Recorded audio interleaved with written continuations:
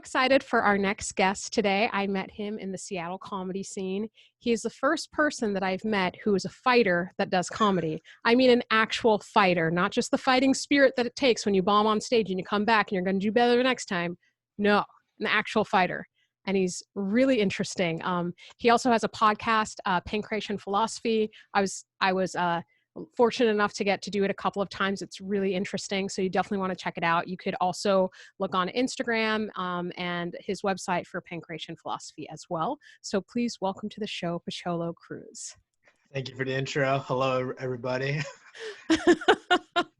You're welcome. Are you often introduced as a fighter?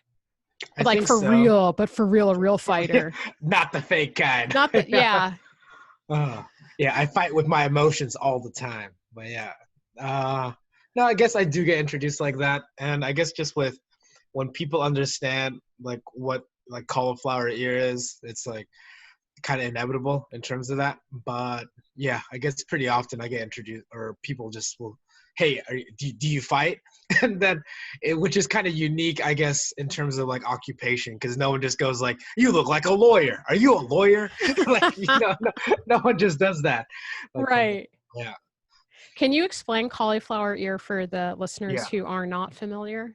For sure. So cauliflower ear is what happens. So because the ear is cartilage, as opposed to like, let's say like to regular skin, like when it becomes damaged, the blood vessels will actually burst and scarify. And because there's no blood flow that normally goes to cartilage, what happens is that the cartilage in the ear, especially, it will expand, and then they will hold the fluid like from the capillaries that burst inside there. And then that's what causes, I guess I can show like my headphones here, like how my ear looks like essentially fried gyoza. So yeah. I don't know why you had to make it. I wish you did not say something so delicious sounding while showing me your ear. Showing, my scarred ear. I've ruined the like gyoza for a lot of people. So yeah. Or ears. I don't know. Yes. People aren't going to be able to look at ears normally again. Elephant ears at the fair. Nah. Oh man. Yeah. So of course, by now, if you're listening on Apple Podcasts or Spotify or wherever you listen to your podcasts, you may already know that we do this on YouTube as well. So that is where you'll get to see his ear. I'm just going to say ear, his regular ear. And so I know I introduced you initially as a fighter, but I want to specify a martial artist. He's not, I don't know, having drunken brawls or whatever other things come to mind when you hear fighter. Completely sober as I'm in the bar fighting them. Oh man. Okay. So at certain times I have to remember that I'm not doing a comedy podcast when I'm doing this with comedians. Yeah, I'm like, oh, okay, come back, Samantha, come back. Yeah. Okay. So can you, well, I guess I'll just start off with the main question. How, because you're a performer, when did you add stand-up into your, you've been fighting for how long, and then you started stand-up, and how has that influenced your life and or your fighting? For sure. Do you ever like just distract them with a punchline and then knock out? Yeah, I get. No, I think that's a pretty common question. I guess it's like so I started stand up. Probably it's been over 10 years ago. I guess I was in college at the time, and they're bringing I'm Filipino, and there was the Filipino club at the college was bringing on a Filipino American comedian, and then they needed an opening act, so what they decided to do is have like a last comic standing kind of thing for whoever would get to open up for the comedian. And me just like, well, I guess I'll go and try it. Having never done stand-up before, I guess I've seen it on TV. I think I know how this works. And then that was like my first experience like doing stand-up, and it was in front of a restaurant with in front of a bunch of disinterested Filipino people that were just like eating food. So pretty much it was like talking to my family. So it was nothing. So you were well prepared. Yes, exactly. I was like, I know exactly how to capture their attention, or none of it, like from there. So that was my first foray into stand-up comedy. So I'm curious. I know I already gave you a major question. We'll just touch back on it because I'm Mhm. going to interrupt you with another one. I'm curious. Mhm. So for a lot of people, myself included, stand-up is the most terrifying art form I've done so far. Mhm. But with you, like I got to go see one of your fights, Yes. and I, not being a fighter, I suppose I would be extremely terrified. I would just like run the other direction. But I would imagine like compared to the fear before stand-up set for the fear before getting to that cage match, like what's that like for you? Are you just laughing when comedians are like, I'm afraid? You're like, I feel like you for breakfast. What's Yeah, it's definitely different. And I guess in terms of, I guess in performing, I've always, I've enjoyed that kind of spotlight anyway. I don't think it's not something, I guess, like being under pressure or, yeah, being in the middle of something hasn't really been that worrisome to me. So whether it's been in front of a microphone or, fighting another person, that hasn't, I guess, it's hard to figure out which came first, just doing it so often that it was normal, or like the actual comfort in it. But I guess there always is a moment of anxiousness, like no matter how long you prepared, whether it's, you're preparing to talk or preparing to fight somebody. But I think what I do have is just like, it's like a willingness to let go of, like, it's like I'm unattached to the result of it. I'm just attached to the experience, and that's pretty much, I feel like, like if I was like jumping off an airplane, like whatever happens like on my way down is gonna happen. So there's no point worrying about it. So that's pretty much how I look at like jumping myself into that kind of situation. So I think that's kind of how I live my life in multiple ways. But yeah, that? I yeah. like that analogy too, because well, I haven't gone skydiving, but I haven't gone either, but I'd love right. to. Oh, Yeah. well, good for you. I mean, I think I would maybe do it if I was going to get to play a dream character, or if I get to be like with Kate Blanchett or Viola Davis or Yeah. Steve Carell, like for Yeah. something, for a film, I'm like, okay, I guess. Otherwise, I don't see myself doing that. Mhm. But who knows? I didn't think I'd do stand up either. So, Yeah. but yeah, I like what you were saying, the skydiving, because I imagine if I was going to do it, it would be all about the experience down. Yes. Like we know what it's like to be in a plane. We know what Yeah. it's like to be on the ground. So Yeah. uh, It's the in between. yeah, it's in between. Yeah. So I guess to your earlier point about, like, how comedy like came about, I I did always enjoy like stand-up comedy. Like I would watch like Comedy Central and like the TV specials like on there. So I was like aware of stand-up comedy growing up as a kid. And I guess my dad would always say I was a smart aleck. Like I would always like be sarcastic.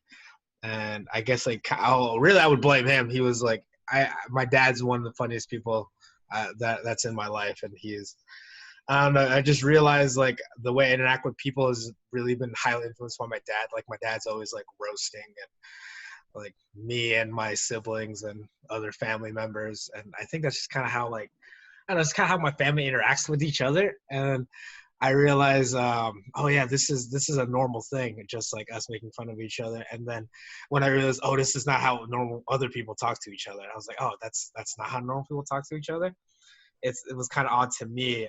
So I guess with the fighting thing, I would always like, yeah, I'd always like talk trash or talk trash like to people anyway. So because I wasn't worried about it, because the way I looked at it, I'm like, I'm already there physically hurting this person. What's some emotional hurt to go along with it? Like from there, I'm just like doubling down on that for there. So I always, yeah, I was like, yeah, and I just like work, yeah, I just like talking, or I like that psychological, like kind of like warfare in that kind of sense too. So I mean, I guess coming on to comedy, I guess that really influenced like how my comedy is, or how I approach comedy in that kind of like combative, I guess, but kind of like heckling kind of thing.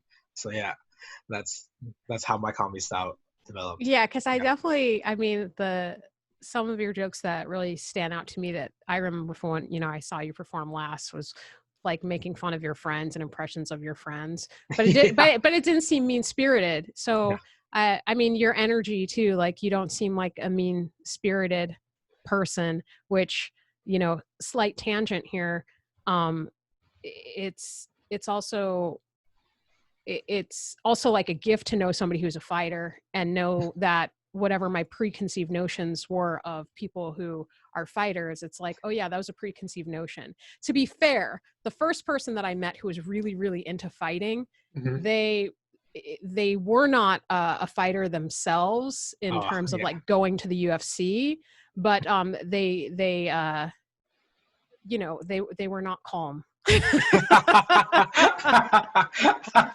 Well, well, I think it's kind of like how it goes. It's like usually, the loudest barking dog really has kind of the least amount of bite in that kind of sense. But um, I guess really because I've been involved in like martial arts or combat sports or fighting, however you want to call it, like for so long that it's I mean it is a lifestyle, like to me, in terms of like what the sport entails or what the lifestyle entails in that kind of sense.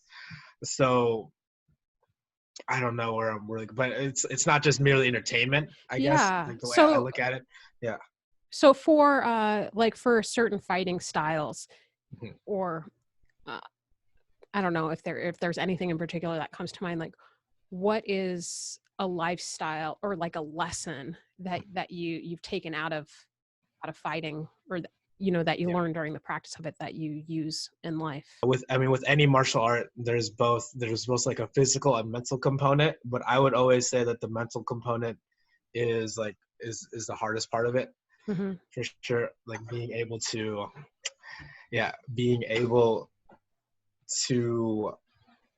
under like physical duress, to to actually like force your body like into uncomfortable situations, I'd say.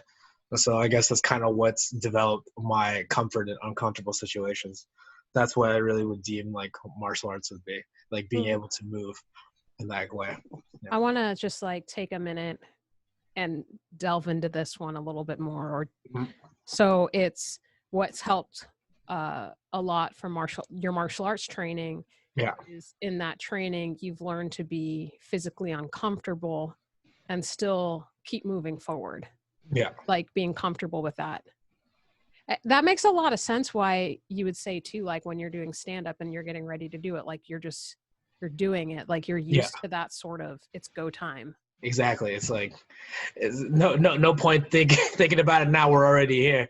So let Right. let the words go. Like whatever happens, happens. Yeah. Yeah. So okay, and so with stand up, I know you were saying it kind of like with your fighting, Mhm. I know how it can impact your stand up in Yeah. terms of like you're just there, you may be like going for, not for the jugular because you're not mean, but Yeah. you're like, Yeah. you're not holding anything back on your Yeah. jokes, Oh yeah, for right? sure. And like skydiving it out. Yeah. And once you started doing stand up, how did it affect your fighting or like your relationships with other people? Did it make any part of your life like a little bit more fun Oh, or? for sure. I would say like creatively, it really opened up. It really just opened up the way I viewed the world, I guess, in that kind of sense, because I realized like, oh, there is literally like humor all around me, and that's just where that's where I extract the comedy of it. I'm just really like a filter source for like the comedy, and it made me just enjoy life like a lot more, for sure, because it's just made me see the humor in like pretty much every situation, Mhm. like from there. Yeah.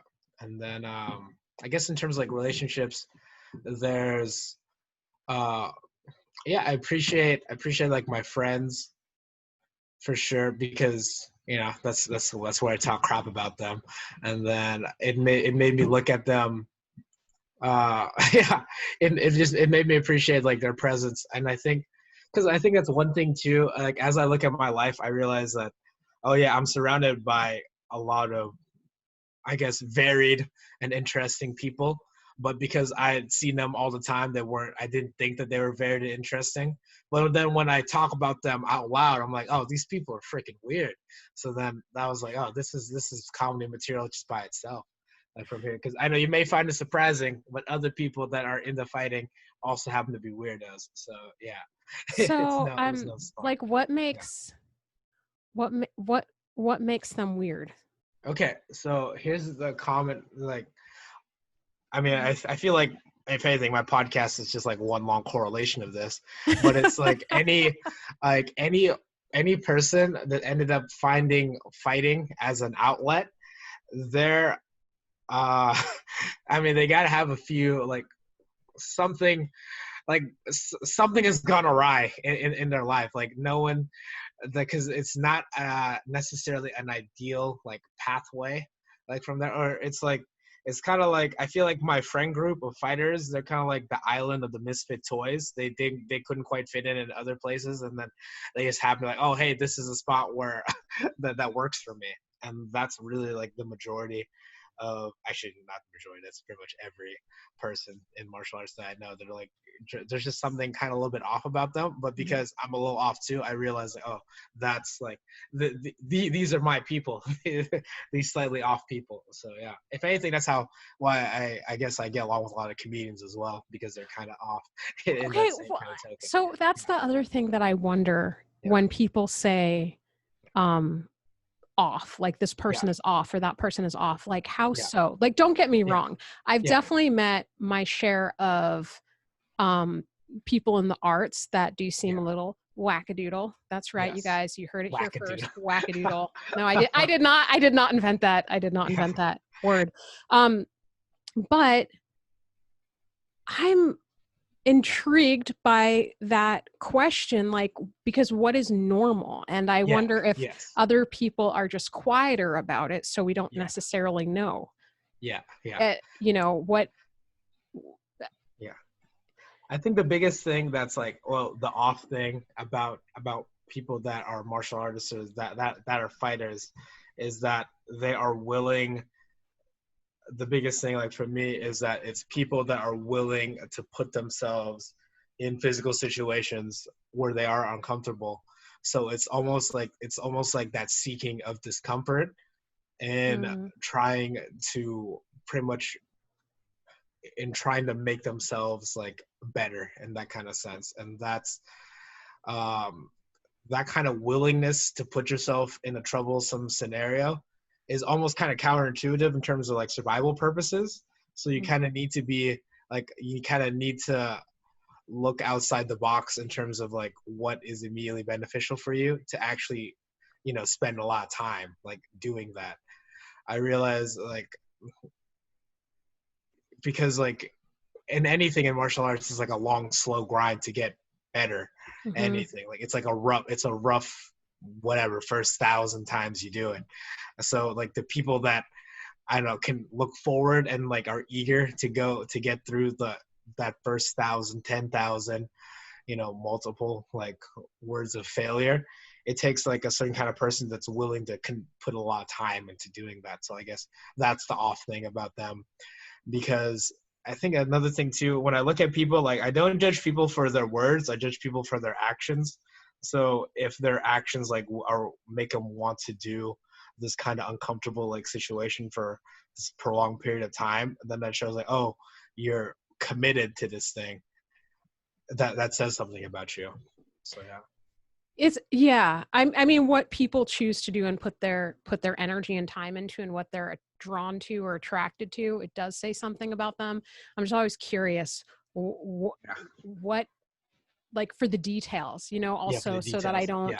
so that I don't make assumptions. And, Yeah. Yeah. like I was saying before, like I never, ever, ever thought I would watch a UFC fight.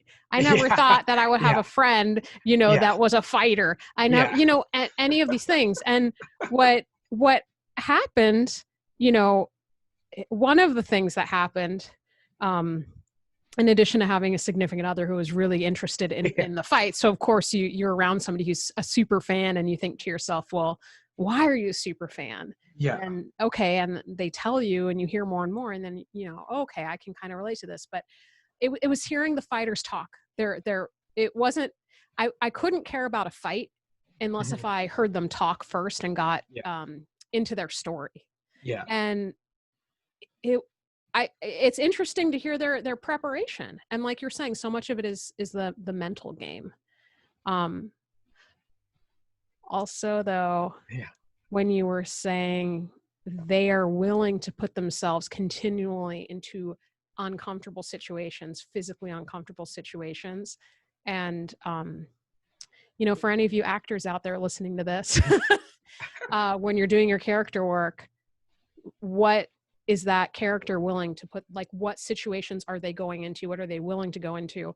And what are the uncomfortable situations people find normal or not normal? Yeah. Because, people wear heels that are 4 inches high. Some people don't have a problem with them. Some people do, then there's like Spanx, and then there's, uncomfortable relationships, or, a certain diet, or, there's all sorts of things people do that are uncomfortable. So, for sure. Yeah, that's all. I'm just, on just swimming in that tangent for a bit, because I think there's something to explore in there. Yeah, I think in that kind of struggle, it's always like, what's always fascinating to me is like, well, kind of what you're talking about in terms of fighting, or in terms of like what made you particularly interested, was like finding out the people's why. But I think that is a central, like, motivation, or someone's like why, it makes their struggle a story in that kind of sense, because they have, I think anyone that's achieved something like noteworthy, they had to have like a huge amount of a huge amount of why behind it, because no one just accidentally becomes great. No one just like, I don't know what happened, I guess I just became the best at it. Like, no one just like, by happenstance, like no one Forrest Gumps their way kind of really to greatness in that kind of way. So that's why that's what's always been interesting to me, like whether, like, people, like what motivates people, to put themselves in, like, into their, I guess, what makes them want to climb their whatever, their proverbial mountains of problem, because there had to have been something that pushed them up there. They didn't just happen to find themselves on a mountain. Yeah.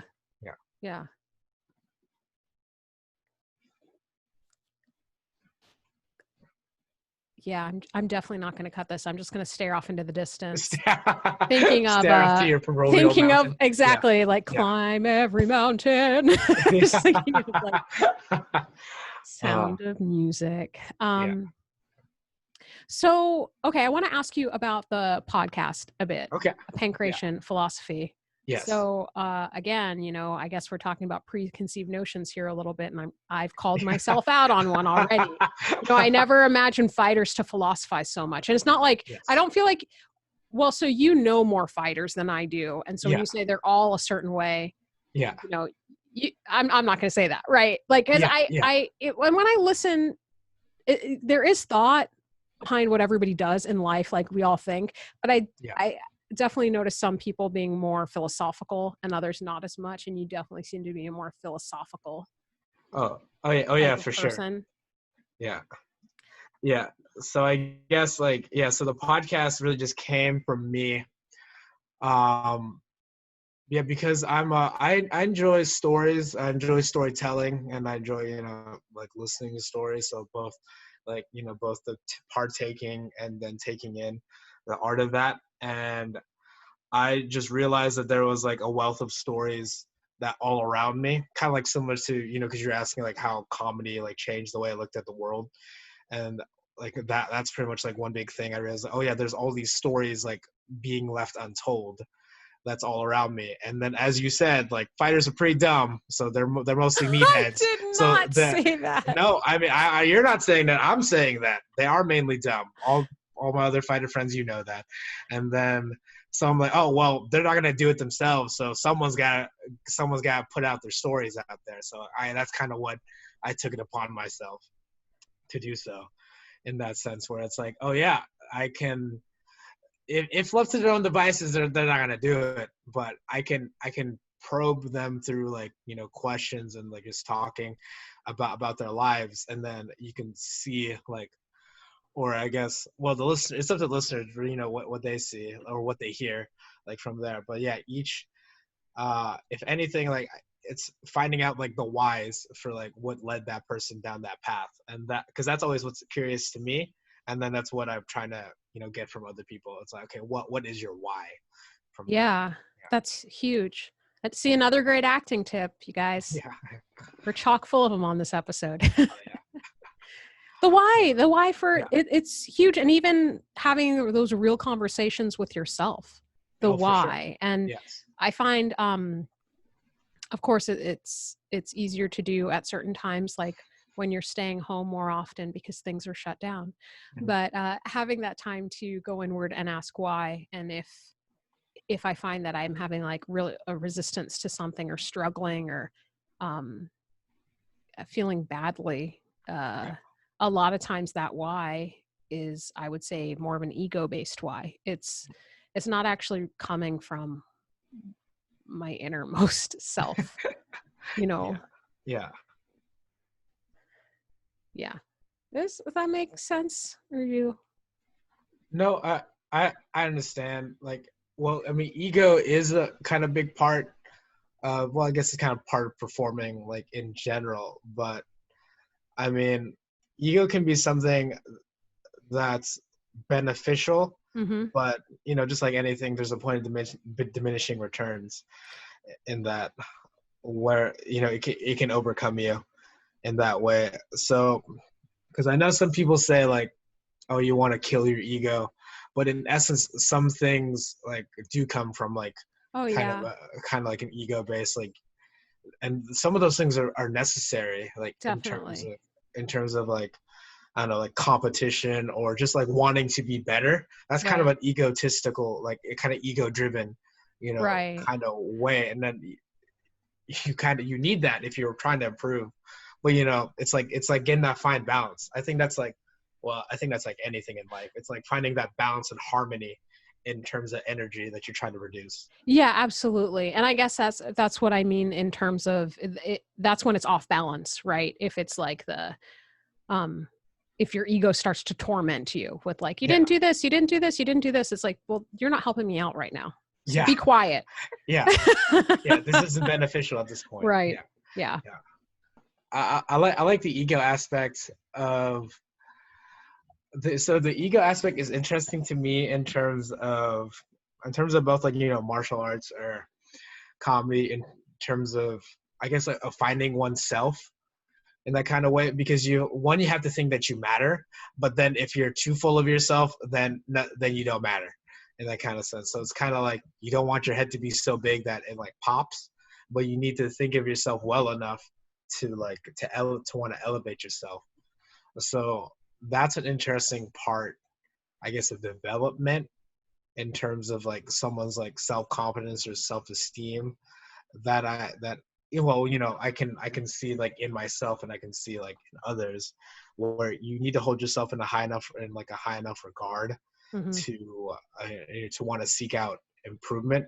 Mm-hmm. Pretty much, you want to think that, you want to think that you can get better, but if you think, like, you're crap all the time, then that's not that. Well, see, I think that's an ego-based thing too. I mean, if you're thinking of your ego as your sense of self, right? If you're boosting yourself up too much, you're inflated, and if you're talking yourself down too much, you're deflated. So, like you were saying, just that balance. Because I've definitely met people who would say, like, oh, I'm, they're so humble. They don't have an ego. I'm so humble. I'm the humblest person around. Right. I'm so modest. I won't tell you how humble I am. But they wouldn't do anything because they were too busy being, like, the opposite of they were their biggest critic, Yeah. Yeah. Yeah. Yeah. That's no. It's always fascinating to me that fine balance. Well, I mean, as we're talking about, balance and harmony in terms of like in terms of the mental self for sure. Because I think, I mean, going back to like fighters, I think that's the thing. Like the, I mean, the real opponent really is themselves in that way, because that's the only person that can truly make them stop like developing or stop improving in that way. So it's like it's a constant struggle. It's a constant inner struggle. Really, Yeah. as a fighter, is like the biggest fight that they have to maintain. Like from there. Yeah. That makes a lot of sense. Also, I just thought of Jim Carrey in Liar Liar. What color is it? It's the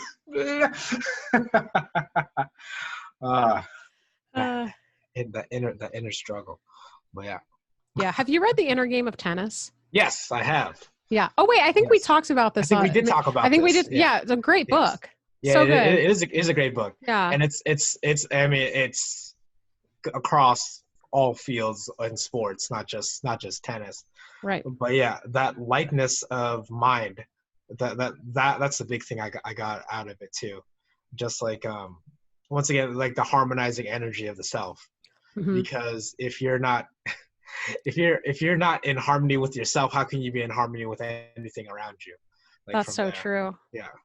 You know, whenever they would like, if you were ever like in a choir and somebody would be out of tune, I never noticed them take that person aside and just ask them to center themselves before singing again.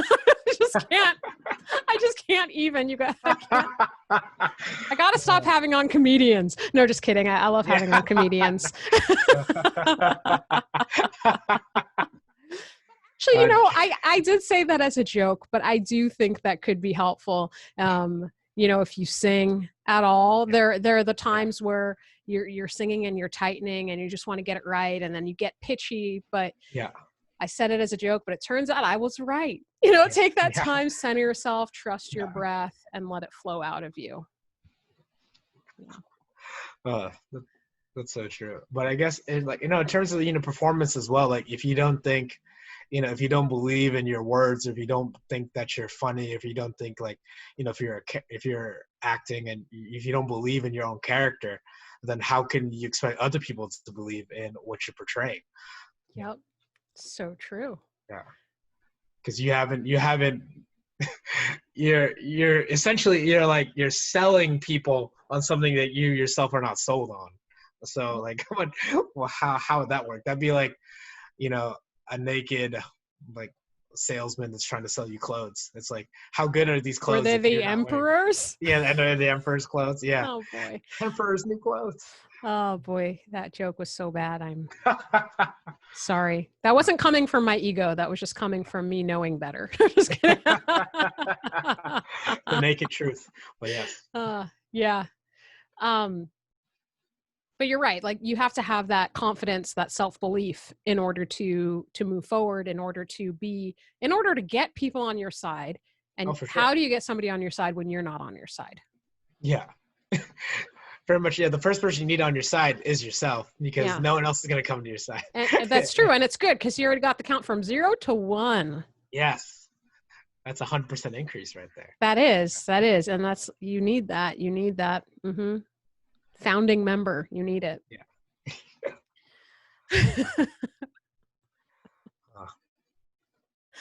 Okay. Let's see. Are there any other life lessons we should take away from fighting, or secret terms? Cauliflower ear. Chicken foot. Chicken foot, known as Adidas, which I like. Chicken foot is not a thing. What's up? Is it a thing? Oh, it's not thing in fighting. It's like a food that I have. It's attached to an animal. Yeah. Yeah, that's attached. Yeah, or no, chicken feet is like an actual popular, at least street Filipino food that I know. Did it wrap right around to the beginning and at your first mic that they were eating chicken feet? No, they probably were. It was a Filipino restaurant, but yes. And then I guess I can wrap it up at the beginning of the story because I began boxing when I was in the Philippines. So yeah, there it goes. That was the first foot travel, the chicken foot. But yeah, uh, in that kind of sense. But yeah, uh, yeah. Oh, This is okay, so this has been a super fun episode, and sometimes we get real serious. yeah, like here. And real serious, like at this moment, if I could just get the cue. Okay. Just cue in some serious music. Come on, dog, play. He doesn't earn. Come on, play your sad song right now. You're so good at it. Just like a low howl. Come on, can you just center yourself? Center yourself, and then accompany your mama. Yeah. Milo, center yourself. So, at this part of the episode where we get serious, Okay. we're not going to get serious today. It's just not in the cards for us. We're going to accept the situation. But another thing that I learned about you, I thought was fascinating. Okay, so we've got podcast host, we've got comedian, we've got martial artist, and did you also know that he used to be a cop? Yeah. So can you tell us about that? Yeah, so I was a Seattle police officer from 2015 to 2017, so about 2 years. I went to academy. I went to police academy, went through all that, then went to training for Seattle police, and then was out on patrol. So it was an interesting experience, like for sure, especially just as a as a minority being a law enforcement. It's like an interesting kind of perspective, like from there. And yeah, especially just seeing recent events, and especially particularly to like my old I guess workplace, in terms of like Seattle police being defunded, and then the chief stepping down. That's it's been an interesting it's been interesting to see, for sure. Is it like quite surprising? Not necessarily. I've been kind of aware, and was aware of like some things. Like pretty much like the biggest reason why I didn't stay on was I didn't believe in like the mission statement of what my job was supposed to be. So I didn't so it just didn't align with like my beliefs, so that's why I left. But, can you talk about the mission statement? Yeah, sure. I guess like the biggest thing was I felt that for me, that the people that were above me, like the brass, or the officers in charge, like just didn't have my best interest or safety like in mind, or like didn't matter in that kind of way. So that that didn't make me feel like well about the situation. So that's pretty much like the gist of it. It's like what I was supposed to do, and then the people that were in charge of me wasn't like quite jiving with what I wanted to do. So that was the main reason why I ended up leaving like that position. Yeah. What was it that you wanted to do? I guess like what I wanted to do in terms of job was like the quintessential like protect and serve, or just like help, like help the city, I guess. In you can help a city in like a lot of ways, but by help it with what I deem like reasonable force, in terms of, because there like I like in fighting, like I know there's like there are elements there, there are unsafe elements that need to be taken care of, like for sure. So there needs to be like an equal like amount of force like to deal with that. So I guess what was happening is that I felt like I wasn't free enough, or there weren't quite like, I don't think it was being enforced like the way I would want it to be. But that's just kind of how it was. What's that? Did you see at that time did you see at that time like people were using more force than you thought they needed to?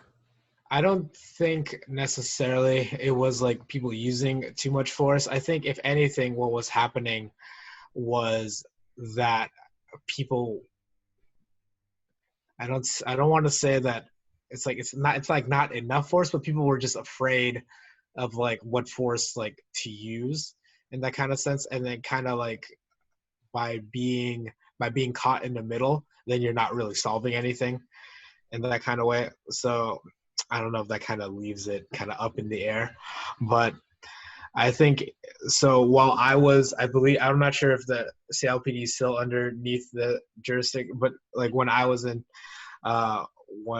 hired on,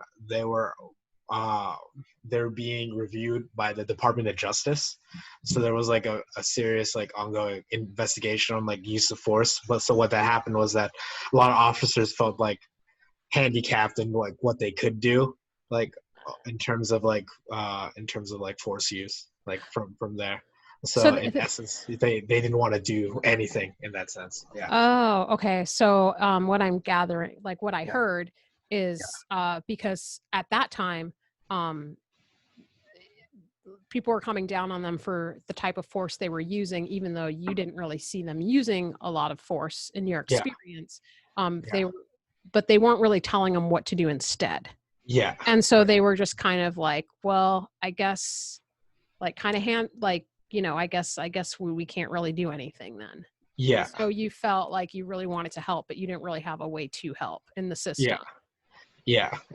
Exactly. And so like then, and this is the most serious question, because I understand that you were doing, you were already doing some of your martial arts and also your comedy, because if this was back in 2016, so was the way that you were going to help by detaining criminals in a cage match and forcing them to do stand-up comedy? Guys, this is how I improve my life, and this is how everybody else is going to improve their lives, whether you like it or not. See, I want you to make that into a TV show. I think what we need is well, we had Brooklyn Nine-Nine. Nine, but he's not. We call it cage comedy. That's what exactly. It is. Yeah. Yes. Yeah. Where's the real cage? It was inside their laugh box. Oh no. Oh man. Yeah. Thank you for serious question. Thank you for going with that. I know it happened. So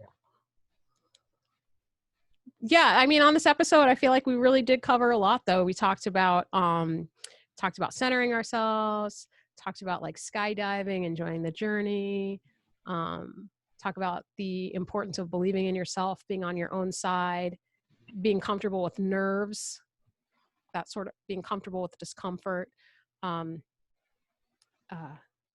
comedy for levity, of course. Yeah. Right. There was one more that I forgot. You tell me, what was your favorite thing that you heard on the podcast today? I think favorite thing is in terms of like balancing the ego and like realizing that it is like a human component. So it's like a matter of, it's like not avoiding the fire, but utilizing it like from there. It's like it can burn, but that doesn't mean that it can't burn, for efficiently or burn for, your own development in that kind of sense. Because I think, especially like in today's world, people are afraid to stand out, or like, at least from what I see, it's kind of being discouraged in terms of standing out. So I would, if anything, I would encourage people like to find something that they believe in, that they're proud of, and that they're willing to, that they're willing to develop in that kind of sense. Yeah. Mm-hmm. Oh, with specificity. Yes. I was thinking about, like, once again, as always, the importance of specificity, especially like obviously in comedy, the more specific a joke, the more hilarious. Right. Yeah. And then too, with characters, like, I want to know your experience of what it is to be, what was your experience of being a cop? Like, was your experience of, what's it like to be a Pocholo? Yeah. So it was, it was mainly pretty good. Like for me, I felt like I was, it was interesting. Well, the funniest thing, like for me, was that during, police academy, I was one of the few people that was always like, because you had to play like scenarios, you know, like, oh, it's a crime. It's like, all right, who's the criminal? Cruz is the criminal. I'm like, man, I am the criminal a lot in this in these situations here. But Why would yeah, you it's go yeah. into academy in an orange jumpsuit? Yeah. I just don't know why you Yeah. did That's that. like number one. Well, you see, you're wearing the stripes already. Like from there, just put your number right here. But no, it was yeah, it was pretty enjoyable. Like for me, you know, other of course than you know the other the other stress or the stresses of I already kind of alluded to, but like really I had I made I met some good people. Like there are definitely was good points in terms of terms of training, terms of experience. I felt like it really shaped me in terms of what I do want to do with my life, which ultimately was not more police work. So I mean, I'm thankful for that kind of experience, like from there. But ultimately, I'd say it was definitely beneficial for me because because a part of me, I don't know, part of me always wanted to be like kind of like a soldier, like a warrior, some kind of sense in that kind of way. And that's why, maybe like maybe being part of law enforcement, I could be like that would have me working towards something. And yeah, upon further review, no, that was not the thing I would want to work towards too. So yeah, uh, it was yeah, it was definitely like there's definitely some entertaining people that I met along the way. I don't want to like take any more time for that, but yeah, yeah, it was. I guess maybe stories for other day, but Oh, yeah, cool. I Lots definitely of like being stories. yeah. I Yeah. met I some feel like, interesting characters as you would imagine. right. Yeah, I feel like that's another one of the big takeaways I'm getting from our time talking together about this and, how performance can help brighten our lives and make it more interesting is I feel like it tunes us into the details a bit more, oh for sure. you Yeah, know, um, and, and like, just wondering what's that next thing or that hidden yeah, thing or the yeah, tangent thing or the that yeah, instead of just seeing somebody and their story and just be like, oh yeah, I understand that this is a person going for a run, that means yeah, X, Y, and Z. It's like, well, yeah, does yeah, it? yeah. Yeah, Examine the plot points. Yeah, that's right. Cool, sweet. yeah. um Cool. So I just want to thank you again, Pocholo, for taking the time to be on the podcast today. And again, you can find him and his podcast at Pancreation Philosophy on the internet, of course, on Instagram. And then if you're looking for a performance coach to help you use more of your voice, body, and mind in your life for comedy, I suppose on this episode we had a lot of comedy. Harmonize yourself. Right? Yeah, That's right. center yourself. For acting, storytelling, public speaking, you're just anything else in life that you think performance skills would help you with. I'm always happy to help. So please feel to reach me at beyondtechniquecoaching@gmail.com. Stay safe and stay healthy.